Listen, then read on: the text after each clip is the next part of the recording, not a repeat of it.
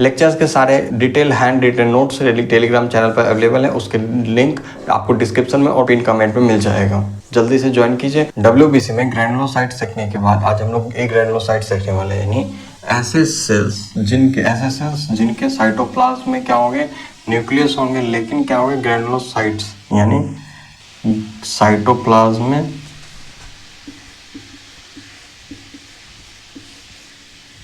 Cytoplasm जो होंगे उनमें न्यूक्लियस होंगे, लेकिन किसी भी तरह का ग्रैनुअल्स प्रेजेंट नहीं होगा, यानी एब्सेंट ग्रैनुअल्स, यानी ग्रैनुअल्स होंगे वो एब्सेंट होंगे। तो वो हम लोग एक ग्रैनुलोसाइट्स अभी देखने वाले हैं। तो एक ग्रैनुलोसाइट्स है क्या? The monocytes and the lymphocytes make up 25 to 50% of the leukocyte count. They have large nucleus and no cytoplasmic granules. यानी एक ग्रैनुलोसाइट्स में बेसिकली दो चीज़ें आती हैं, एक आती है मोनोसाइट्स और दूसरा लिम्फोसाइट्स। ये दोनों चीज़ें मिला करके लगभग 25 to 50% ऑफ द WBC यानी टोटल ल्यूकोसाइट्स काउंट बनाते हैं। इन टोटल ल्यूकोसाइट्स काउंट्स का 25 to 50% काउंट नंबर जो है वो आता है एक ग्रैनुलोसाइट्स से। They have large nucleus and no cytoplasmic granules. वही चीज़ें हैं कि न्यूक्लियस काफ़ी बड़ा होगा, लेकिन क्या है कि इसके साइटोप्लाज्म में, यानी साइटोप्लाज्म में जो है ग्रैनुअल्स जो होंगे वो होंगे एब्सेंट। ओके, तो ये तो हुई एक ग्रैनुलोसाइट्स। एक ग्रैनुलोसाइट्स में दो चीज़ें, एक आती है मोनोसाइट और दूसरा है लिम्फोसाइट। तो मोनोसाइट्स क्या है? लार्जेस्ट WBC, ये लार्जेस्ट WBC, इसका diameter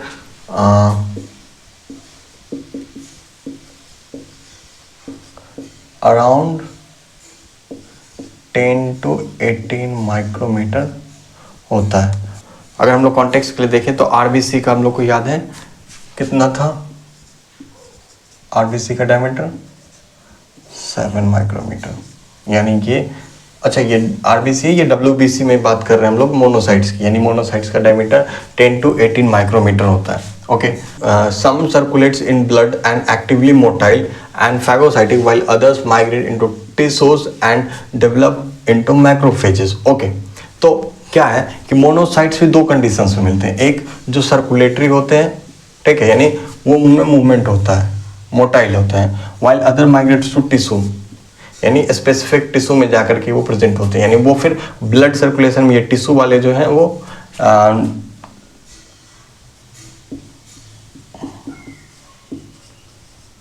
not in the blood circulation.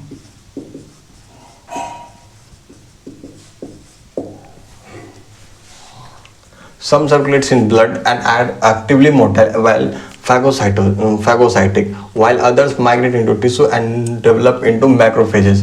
यानी मोनोसाइट्स दो कंडीशंस मिलेंगे, एक जो कि सर्कुलेट करेगा ब्लड में और मोटाइल होगा और फैगोसाइटिक भी होगा, while others migrate into tissues, यानी कुछ मोनोसाइट्स क्या होंगे वो टिश्यूज में जाएंगे और वहाँ पे क्या होंगे फिर वो मैक्रोफेजेस में डेवलप करेंगे, जो भी अल्टीमेटली फैगोसाइटिक ही होता है।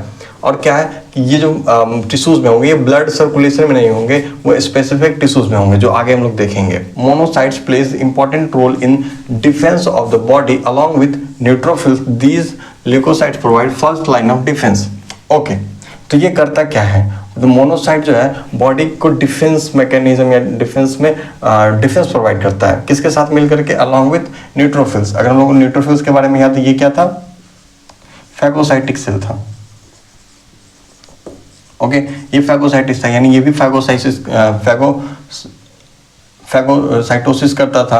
ओके, न्यूट्रोफिल्स के बारे में फैगोसाइटिक, यानी ये भी फैगोसाइटिक था। न्यूट्रोफिल्स के बारे में ये न्यूट्रोफिल्स फैगोसाइटिक सेल था, मतलब क्या? फैगोसाइटोसिस करता था। न्यूट्रोफिल्स के साथ साथ यहाँ पे हम लोग देखने वाले हैं मोनोसाइट्स। ये भी क्या डिफेंस में रोल प्ले करता है? एक्चुअली बेसिकली होता है क्या, ये भी फैगोसाइटिक ही होता है, यानी फैगोसाइटिक इन नेचर है ना, मतलब फैगोसाइटिक। ओके, ये भी फैगोसाइटिक इन नेचर ही होता है।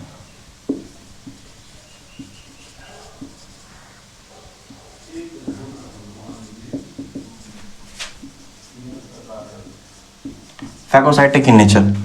अब बेसिकली होता क्या है, तो कोई भी जैसे फॉरेन बॉडी हो गया या कोई माइक्रो ऑर्गेनिज्म या कोई बैक्टीरिया जो बॉडी में एंटर करता है, तो बॉडी में कहीं कोई भी इंटर करेगा तो वो कहाँ जाएगा? किसी टिश्यू में या फिर ब्लड सर्कुलेशन में। ओके, अगर ब्लड सर्कुलेशन में आ रहा है तो उसको सबसे पहले मोनोसाइट या न्यूट्रोफिल्स, मोनोसाइट या फिर न्यूट्रोफिल्स, इन दोनों चीज़ों से, या फिर अगर वो बैक्टीरिया या माइक्रो ऑर्गेनिज्म टिश्यूज में एंटर किया तो टिश्यू में क्या था, या था ना मैक्रोफेज में जो डेवलप हुआ, यानी टिश्यू का मैक्रोफेज वो वहाँ पे इससे टैकल करेगा, यानी वो वहाँ पे फैगोसाइटिक नेचर, यानी वहाँ पे वो ऐसे डिफेंस प्रोवाइड करेगा बाय फैगोसाइटोसिस। यानी फॉर एग्जांपल बैक्टीरिया है, ये बैक्टीरिया दो जगह आएगा, या तो डायरेक्ट ब्लड सर्कुलेशन में आएगा, या तो ब्लड सर्कुलेशन में आएगा, या फिर टिश्यू में जाएगा। अगर ब्लड सर्कुलेशन में आया तो सर्कुलेटिंग मोनोसाइट्स या फिर न्यूट्रोफिल्स, ये दो चीज़ें हैं, ये फैगोसाइटिक इन नेचर है, यानी ये इनको फैगोसाइट कर जाएंगे। या फिर अगर टिश्यू में आया तो टिश्यू का मैक्रोफेज, ये टिश्यू मैक्रोफेज इनको फैगोसाइट यानी डाइजेस्ट करेगा। तो ये ऐसे करके ये सारी चीज़ें क्या प्रोवाइड करती है, first line of defence. Okay, और भी क्या क्या चीजें करते हैं, तो मोनोसाइट सिक्रीट करता है कुछ सब्सटेंसेस हैं, जैसे क्या, कॉलोनी स्टिमुलेटिंग फैक्टर यानी MCSF, colony stimulating factor, basically macrophage stimulating factor या मोनोसाइट स्टिमुलेटिंग फैक्टर होते हैं, वो रिलीज करता है। सेकेंड क्या है, प्लेटलेट एक्टिवेटिंग फैक्टर, ये प्लेटलेट एक्टिवेटिंग फैक्टर रिलीज करता है, और इंटरल्यूकिन 1 रिलीज करता है। ओके, तो कॉलोनी स्टिमुलेटिंग फैक्टर क्या है, ये क्या मोनोसाइट या मैक्रोफेज उसको जो है सो स्टिमुलेट करने का काम करता है। ठीक है, प्लेटलेट एक्टिवेटिंग फैक्टर, हम लोग जब ब्लड क्लॉटिंग देखेंगे तो उसमें देखेंगे कि प्लेटलेट एग्रीगेशन होता है, तो उस प्लेटलेट एग्रीगेशन को करवाने के लिए यहाँ पे इस प्लेटलेट एक्टिवेटिंग फैक्टर का मेजर रोल होता है। तो वो मेजर रोल होने के लिए तो रिलीज कहाँ से हो रहा है, तो मोनोसाइट से। सेकंड के थर्ड क्या है, इंटरल्यूकिन, इंटरल्यूकिन 1 विच एक्ट्स, यानी इंटरल्यूकिन फिर काम क्या करता है, तो interleukin acts on the hypothalamus causing rise in body temperature associated with microbial infection. Okay, तो होता क्या है, तो इंटरल्यूकिन 1 जो है, जो मोनोसाइट से रिलीज होता है, ये काम करता है हाइपोथैलेमस पे, और हाइपोथैलेमस पे क्या करता है, बॉडी टेम्परेचर को रेज करवाता है associated with microbial infection. Okay, इसको थोड़ा डिटेल में देखते हैं। तो होता ये है कि बॉडी में बैक्टीरिया या फॉरेन बॉडी, फॉर एग्जाम्पल यहाँ पे बैक्टीरिया की बात की जाए, तो ये एंटर किया, तो एंटर करने के बाद क्या हुआ, फर्स्ट लाइन ऑफ डिफेंस कौन प्रोवाइड कर रहा है, यहाँ पे मान लेते हैं मोनोसाइट की हम बात कर रहे हैं। ये मोनोसाइट इससे इंटरेक्ट करने के बाद, अभी हम लोग बात कर रहे हैं मोनोसाइट सिक्रीट्स, तो मोनोसाइट सिक्रीट करता है, मोनोसाइट सिक्रीट करता है क्या, इंटरल्यूकिन 1। अब ये इंटरल्यूकिन 1 जाके काम करता है हाइपोथैलेमस पे, और ये हाइपोथैलेमस पे काम क्या करता है, तो टेम्परेचर सेट पॉइंट जो होता है, temperature set point of hypothalamus, इसको बढ़ा देता है। इस टेम्परेचर सेट पॉइंट से बढ़ने की वजह से क्या होता है, बॉडी का टेम्परेचर जो है ये बढ़ जाता है। अब बॉडी का टेम्परेचर बढ़ता है, जिसकी वजह से अल्टीमेटली बॉडी फेस करता है फीवर को, यानी हम कहते हैं ना कि कोई इन्फेक्शन हो रहा है, इसके वजह से फीवर होता है, तो एक्चुअली ये इस तरीके से एक साइकिल काम कर रहा है। अब ये फीवर है, यानी बॉडी का टेम्परेचर बढ़ा हुआ है। क्यों बढ़ा है, ताकि body normal favourable condition bacteria के लिए ना रहे, यानी बैक्टीरिया के ग्रोथ के लिए एक प्रॉपर टेम्परेचर चाहिए, एक न्यूट्रिशन सप्लाई चाहिए, बहुत सारी चीज़ें चाहिए होती हैं। तो नॉर्मल टेम्परेचर से ज़्यादा अगर बॉडी ये सेंस करता है कि इस बैक्टीरिया को अगर बॉडी से रिमूव करना है, तो बॉडी का टेम्परेचर बढ़ा देंगे। तो इस टेम्परेचर बढ़ाने की वजह से बॉडी का डिफेंस मैकेनिज्म ये सोचता है कि इस टेम्परेचर बढ़ाने से बैक्टीरिया के लिए सर्वाइवल, यानी बैक्टीरिया का सर्वाइवल जो होगा वो डिफिकल्ट होगा, यानी बैक्टीरिया अच्छे से सर्वाइव नहीं कर पाएगा। इसलिए यहाँ पे क्या होता है, बॉडी का टेम्परेचर सेट पॉइंट बढ़ जाता है, जिसकी वजह से हम लोग फीवर को फेस करते हैं। यानी बैक्टीरियल इन्फेक्शन में इंटरल्यूकिन 1 हाइपोथैलेमस पे काम करता है, हाइपोथैलेमस पे जा करके वो टेम्परेचर सेट पॉइंट को बढ़ा देता है। टेम्परेचर सेट पॉइंट बढ़ जाने की वजह से क्या होता है कि बॉडी फेस करता है फीवर, और फीवर इसलिए होता है ताकि वो बैक्टीरिया का ग्रोथ ना हो सके, बैक्टीरिया अच्छे से वहाँ पे स्प्रेड ना हो सके। सेकंड क्या है, stimulate the production of globulin from the liver. अब हम लोग जानते हैं कि ग्लोबुलिन जो होते हैं तो उसका प्रोडक्शन होता है लिवर से, तो वो उस पे प्रोडक्शन को भी बढ़ा देता है। Enhance the production of T lymphocyte. आगे हम लोग देखेंगे टी लिम्फोसाइट्स के फंक्शन। फिलहाल हम लोग इतना याद रखें कि मोनोसाइट जो है टी लिम्फोसाइट के प्रोडक्शन को बढ़ा देता है। ओके, तो ये तो मोनोसाइट से रिलीज क्या करता है। एक छोटा सा सिस्टम हम लोग को देखने को मिलता है जिसमें मोनोसाइट्स इन्वॉल्व होता है, वो है रेटिकुलर एंडोथेलियम सिस्टम या फिर मोनोन्यूक्लियर फैगोसाइटिक सिस्टम। ये क्या है, तो बेसिकली इसमें कॉम्बिनेशंस होते हैं मोनोसाइट्स के और मैक्रोफेजेस के। वो क्या है, तो सम मैक्रोफेजेस मोबाइल, ऑलरेडी हम लोग देखे हैं, सम आर फिक्स्ड। ओके, तो कुछ तो मोबाइल होते हैं, यानी क्या होता है कि ब्लड सर्कुलेशन में फ्लो कर रहे होते हैं, और कुछ क्या है फिक्स होते हैं। तो फिक्स जो होते हैं ना अलग अलग जगह पे, वो अलग अलग नाम और अलग अलग कंडीशंस में मिलते हैं। ओके, तो वो हम लोग देखेंगे। Phagocytics and more powerful longer than lived than neutrophils. ये क्या होते हैं, अब हम लोग एक बात याद होगा कि हम लोग न्यूट्रोफिल्स के बारे में बोले थे कि ये स्मॉल फॉरेन बॉडी के लिए काम करता है। ठीक है, जब क्या हो गया कि फॉरेन बॉडी या बैक्टीरिया जब बड़े नंबर पे है या फिर बड़े साइज में है, तो वहाँ पे हम लोग फिर रिक्वायरमेंट होती है मैक्रोफेजेस की।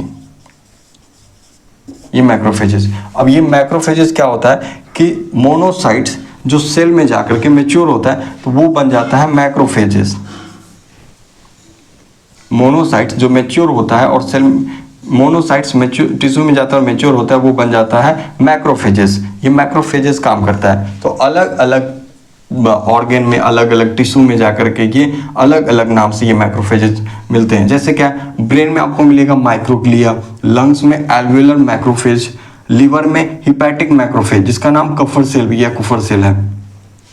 ग्लोमेरुलाई ऑफ किडनी, किडनी में क्या मिलेगा, मेसेंजियल सेल्स मिलेगा। जॉइंट्स में साइनोवियल सेल्स मिलते हैं। बोन में ऑस्टियोक्लास्ट, और यही ऑस्टियोक्लास्ट जो है ना बोन का स्ट्रक्चर, प्रॉपर स्ट्रक्चर जो होता है,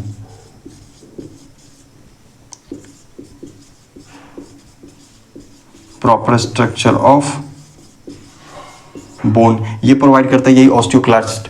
ठीक है, तो अलग अलग ऑर्गेन्स में अलग अलग नाम से मिलते हैं, पर इन लोगों का बेसिक कॉमन फंक्शन जो है वो है फैगोसाइटिक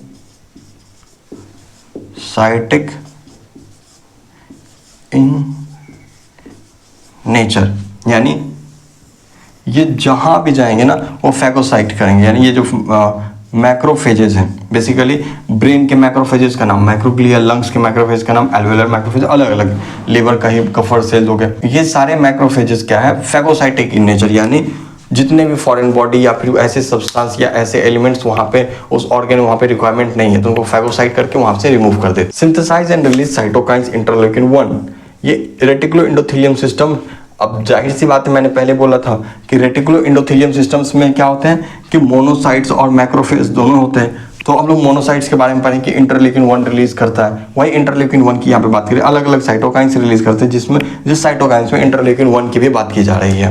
तो ये था मोनोसाइट्स। एक ग्रैनुलोसाइट्स में मोनोसाइट देखने के बाद हम लोग देखने वाले हैं लिम्फोसाइट्स। ये लिम्फोसाइट है क्या, तो lymphocyte smaller than monocytes and have larger nuclear. Basically होता क्या है कि इसका जो न्यूक्लियस का साइज जो होता है ना, वो मोनोसाइट से बड़ा होता है।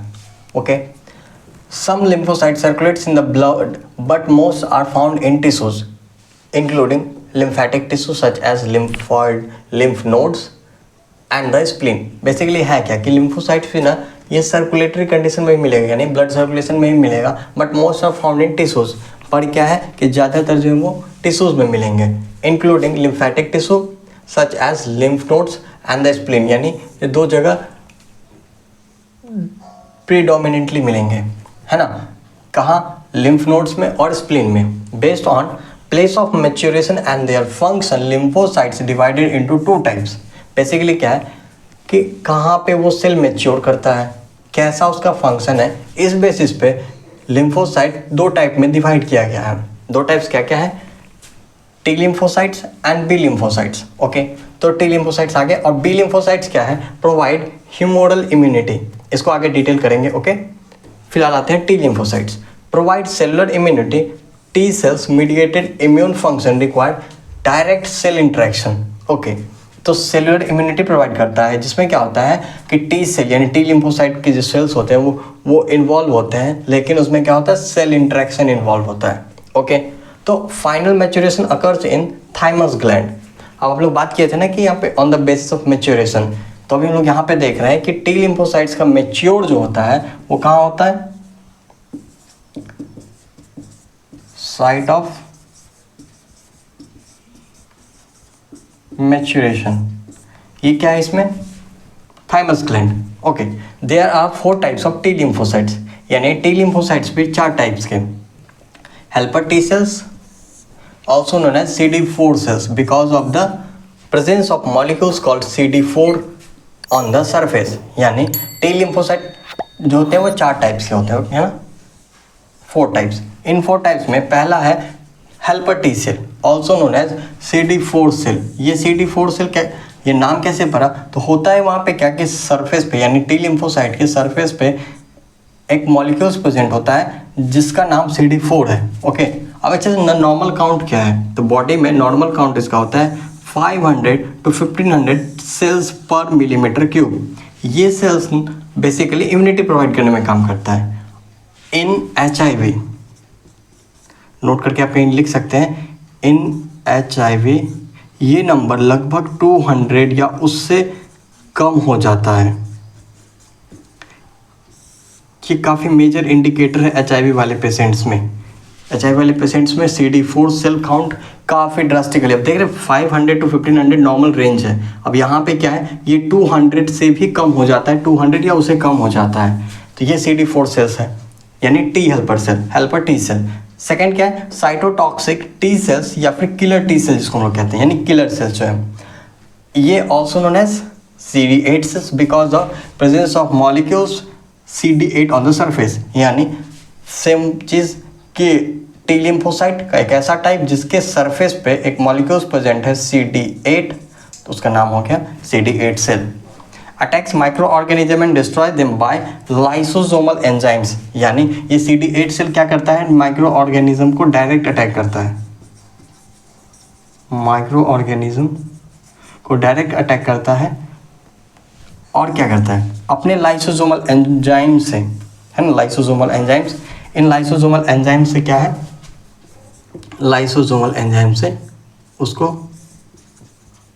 डिस्ट्रॉय करता है, यानी डायरेक्ट अटैक करता है। सप्रेसर टी सेल क्या है, suppress the activity of killer T cells. Okay, यानी तीसरा टाइप है सप्रेसर टी सेल, है ना, सप्रेसर टी सेल। ये काम क्या करता है, तो किलर टी सेल, ये किलर टी सेल ना, इसके एक्टिविटी को सप्रेस करता है। होता ये है कि किलर टी सेल्स जब फॉर एग्जांपल यहाँ पे माइक्रो ऑर्गेनिज्म का इन्वेजन हुआ, यहाँ पे किसी तरह का इन्फेक्शन हुआ, तो माइक्रो ऑर्गेनिज्म आया, अब इसको किल करने के लिए कौन आ रहा है यहाँ पे, किलर टी सेल, यानी किलर टी सेल। इसकी एक्टिविटी ऑन हुई, यानी ये एक्टिव हुआ और ये माइक्रो ऑर्गेनिज्म को अटैक किया। ये माइक्रो ऑर्गेनिज्म को अटैक करते करते क्या हो गया, आसपास के जो नॉर्मल हेल्दी सेल्स हैं बॉडी के, उनको भी अटैक कर सकता है ना। तो उससे बचाने के लिए सप्रेसर टी सेल एक्टिव होता है और ये किलर टी सेल्स के एक्टिविटी को क्या डिक्रीज करता है, यानी इसको सप्रेस करता है। तो suppressor T cell. Memory T cells क्या, remains in lymphoid tissue and keeps the memory for infection in next time by same organism. ये माइक्रो ऑर्गेनिज्म, अब क्या क्या हुआ, यहाँ पे किलर टी सेल आया, माइक्रो ऑर्गेनिज्म पे अटैक किया, इसको डिस्ट्रॉय किया। ओके चलो ठीक है। अब इस किलर टी सेल्स की एक्टिविटी को कम करने के लिए हम लोग सप्रेसर टी सेल्स आए और इसकी एक्टिविटी को डिक्रीज कर दिए। अब क्या है, मेमोरी टी सेल काम करता है कि ये माइक्रो ऑर्गेनिज्म था क्या, इसके बारे में जितनी भी डिटेल्स या इंफॉर्मेशन ये कलेक्ट कर सकता है वो इंफॉर्मेशन रखता है मेमोरी टी सेल। क्यों, क्योंकि नेक्स्ट टाइम जब इन्फेक्शन होगा, नेक्स्ट टाइम इन्फेक्शन जो होगा तो उससे, यानी उस वक्त अब बॉडी किस तरीके से रिस्पॉन्ड करेगा या किस तरीके से डिफेंस मैकेनिज्म एक्टिव होंगे, वो मेमोरी टी सेल्स की वजह से काफ़ी आसान हो जाएगा। तो अब बी लिम्फोसाइट ये क्या है, तो जैसा कि हम लोग बोले थे कि डिवीज़न यानी लिम्फोसाइट्स का डिवीज़न ऑन द बेसिस क्या था, site of maturation. Okay, maturation के साइट्स के बेसिस पे हम लोग डिवाइड किया था और उसके फंक्शंस के बेसिस पे। तो B lymphocytes maturation occurs into liver यानी फीटल लाइफ में होता है, और क्या बोन मैरो आफ्टर बर्थ, यानी आफ्टर बर्थ जो इसका मैच्योरेशन होता है वो बोन मैरो में होता है, डी लिम्फोसाइट में। और टी लिम्फोसाइट कहाँ था? Thymus. Okay. Humoral immunity means resistance power of body, यानी रेजिस्टेंस पावर ऑफ बॉडी यानी इम्यूनिटी की ही बात हो रही है। बाय एंटीबॉडीज एंड इम्यूनोग्लोबुलिन्स, यानी ये इम्यूनिटी वहाँ पे क्या था? सेल इन्वॉल्व था। पर टी बी लिम्फोसाइट्स में यहाँ पे सेल इन्वॉल्व ना होकर के यहाँ पे क्या हो रहा है? एंटीबॉडीज इन्वॉल्व हो रहे हैं और इम्यूनोग्लोबुलिन्स, ये दो चीज़ें इन्वॉल्व हो रही हैं। Okay. B lymphocyte transform into plasma cells and memory B cells, यानी बी लिम्फोसाइट्स में भी दो डिविजन्स मिलते हैं, एक प्लाज्मा सेल्स और दूसरा क्या है? Memory B cells. तो मेमोरी बी सेल्स क्या है? Keeps memory for next infection by same organism. जैसे वहाँ पे टी लिम्फोसाइट में टी मेमोरी सेल्स था ना, वहाँ पे यहाँ पे बी मेमोरी सेल्स यानी मेमोरी बी सेल्स मिलता है। वे भी सेम वही काम करता है। क्या करता है कि इंफॉर्मेशन को कलेक्ट करके रखता है ना, नेक्स्ट इन्फेक्शन के लिए सेम ऑर्गेनिज्म का। ओके। अब क्या है? प्लाज्मा सेल्स प्रोड्यूस एंटीबॉडीज और immunoglobulins IG, IgA, IgG, IgA, IgM, IgD और आईजीडीई। इसको याद करने का एक सिंपल तरीका है, GAM DE। ओके, गाम डे। ओके, ये याद रख लीजिए, बहुत सिंपल है। आगे में IG लगा दें। ओके। तो IgG मोस्ट अबंडेंट अप्रॉक्सीमेट 80%। तो सबसे ज़्यादा क्या मिलेगा हम लोग को? IgG मिलता है, इम्यूनोग्लोबुलिन यानी 80% most abundant only class of antibodies to cross the placenta from mother to foetus, यानी मदर टू फीटस जो है ना, प्लेसेंटा को जो क्रॉस करता है, मदर टू फीटस प्लेसेंटा को क्रॉस करता है, वो single only class of antibodies. Okay, काफ़ी इंपॉर्टेंट है। आगे जब हम लोग पैथोलॉजी और पीडियाट्रिक्स पढ़ेंगे अभी काफ़ी सारे जगहों पे ये रोल आएगा, हम लोग को देखने को मिलेगा, तो वहाँ पे इंपॉर्टेंट होगा, इसलिए अभी याद रख लें और स्पेशल नोट करके इसको स्पेशल नोट में रख लीजिए। ओके। और IgA क्या है? Found in breast milk provide local immunity, यानी ब्रेस्ट मिल्क में कोलेस्ट्रॉल की बात हो रही है ना।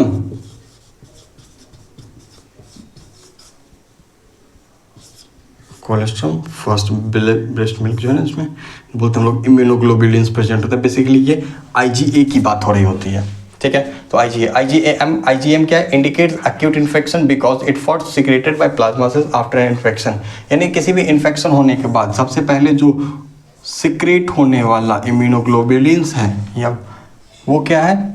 IgM। तो इससे हमको IgM का जब नंबर इंक्रीज मिलेगा तो हम लोग कहेंगे क्या? Acute infection. Okay. IgD secretes in very less amount, not, ये ज़्यादा सिग्निफिकेंट है नहीं। IgE involves into allergic and hypersensitivity reaction, ये क्या है? IgE जो है, जो एलर्जिक रिएक्शन होता है, हाइपर सेंसिटिविटी रिएक्शन, जब लोग डिटेल देखेंगे तो उसमें देखेंगे कि IgE किस तरीके से अपना उसका रोल होता है और किस तरीके से वो इन्वॉल्व होता है। आई होप आप लोगों को ए ग्रैनुलोसाइट्स में मोनोसाइट्स और लिम्फोसाइट्स कंप्लीट हो गया। नेक्स्ट हम लोग प्लेटलेट्स और हेमोस्टेसिस यानी ब्लड कोगुलेशन वाले जो फंक्शंस हैं उसको एक साथ कंप्लीट करेंगे।